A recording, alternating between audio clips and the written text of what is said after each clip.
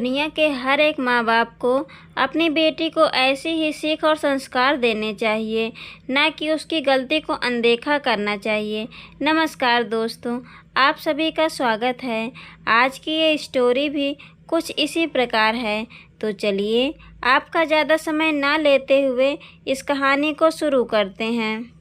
मेरे पापा गांव के प्रसिद्ध डॉक्टर थे। सभी उन्हें वैद्य जी कहकर पुकारते थे। मैं उनकी इकलौती बेटी थी। एक प्रकार से मैं पूरे गांव की बेटी थी। सभी मुझसे बहुत प्यार करते थे। मुझे बचपन से ही कभी किसी चीज़ की कमी महसूस नहीं हुई।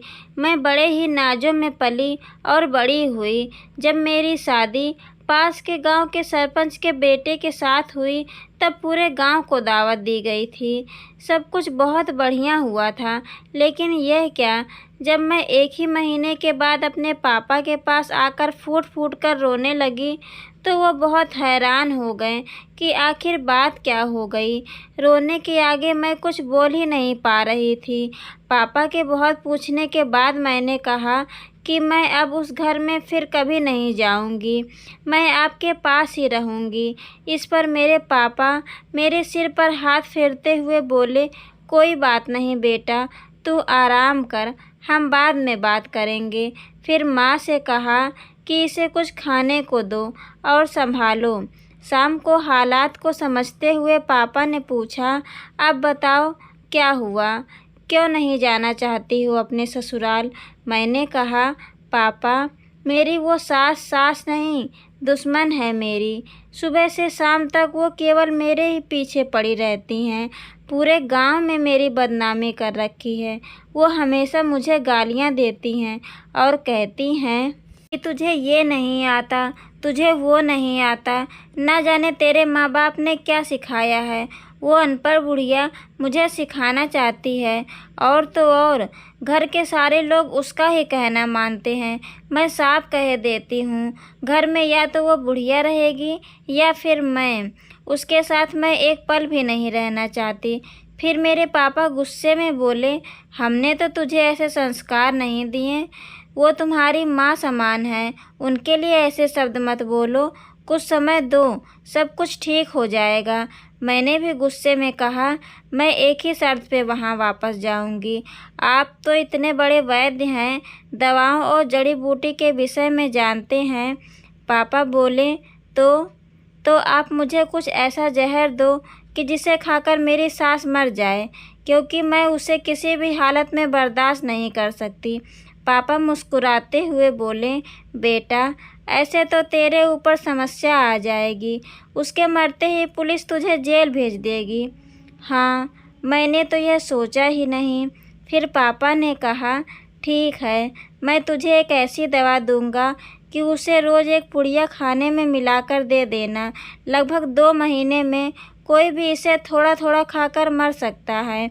इस पर कोई तुझ पर संदेह भी नहीं करेगा और तेरा काम भी हो जाएगा। मेरी तो आंखों में जैसे चमक आ गई। मैं कहने लगी, पापा आप कितने अच्छे हो और मुझे क्या करना होगा? पापा ने कहा, देख किसी को शक ना हो इसलिए तू उनसे लड़ना नहीं, बड़े प्यार से रहना।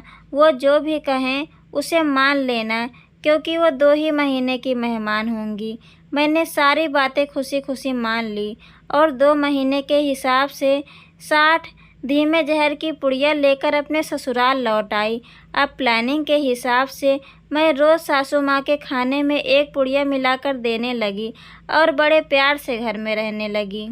अब सासू माँ यदि गाली देती भी तो मुझ पर उसका कोई असर नहीं होता। मैं बहुत प्यार से जवाब देती। लगातार 1 महीने तक मेरे अच्छे व्यवहार के कारण मेरी सास का भी मन बदलने लगा।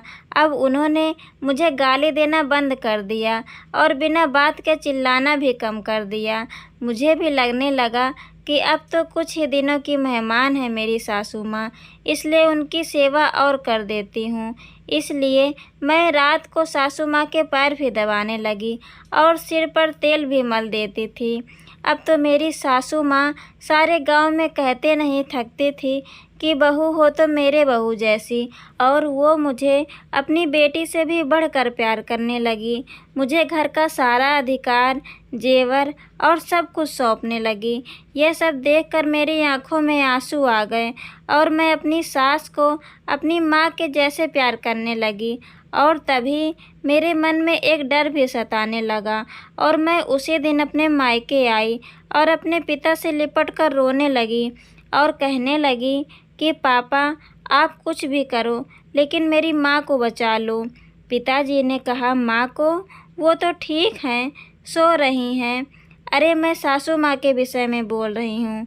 पिताजी ने कहा, क्यों, क्या हुआ उनको? अरे पापा, आपने जो जहर दिया था उसे खिलाते हुए 1 माह से ज़्यादा हो गया है। 15 दिन बाद वो मर जाएंगी। मुझसे बहुत बड़ा गुनाह हो गया है। मैं अब उन्हें मारना नहीं चाहती। आप कुछ भी कीजिए और उस जहर का तोड़ दीजिए। कुछ ऐसी दवा दीजिए ताकि उस जहर का असर ख़त्म हो जाए। मैं रोए जा रही थी और मेरे पापा ज़ोर ज़ोर से हंस रहे थे। मुझे कुछ समझ नहीं आ रहा था कि पापा हंस क्यों रहे हैं। तब पापा बोले, बेटा, चिंता मत करो, उन्हें कुछ नहीं होगा। मैं जानता था तेरा दिल बहुत अच्छा है, तू किसी को भी मार नहीं सकती। मैंने जो पुड़िया तुझे दी थी वो तो काला नमक और जीरे का पाउडर था, जो स्वास्थ्य के लिए लाभदायक है। देख बेटा, यह दुनिया ऐसी ही है। हम जैसा उस दुनिया को देते हैं वैसा ही प्राप्त करते हैं। यदि हम दूसरों को नफ़रत देंगे तो नफ़रत ही पाएंगे। यदि हम लोगों को प्रेम देंगे तो वापस प्रेम ही पाएंगे। मैं चुपचाप खड़ी आश्चर्य से अपने पापा की बुद्धिमानी भरी बातें सुन रही थी और आंसू बहा रही थी, और ये आंसू खुशी के थे। दोस्तों, ये स्टोरी आपको कैसी लगी कृपया कमेंट में ज़रूर बताएं, और ऐसी ही इंटरेस्टिंग स्टोरी सुनने के लिए प्लीज़ चैनल को लाइक, शेयर एंड सब्सक्राइब करना ना भूलें। धन्यवाद।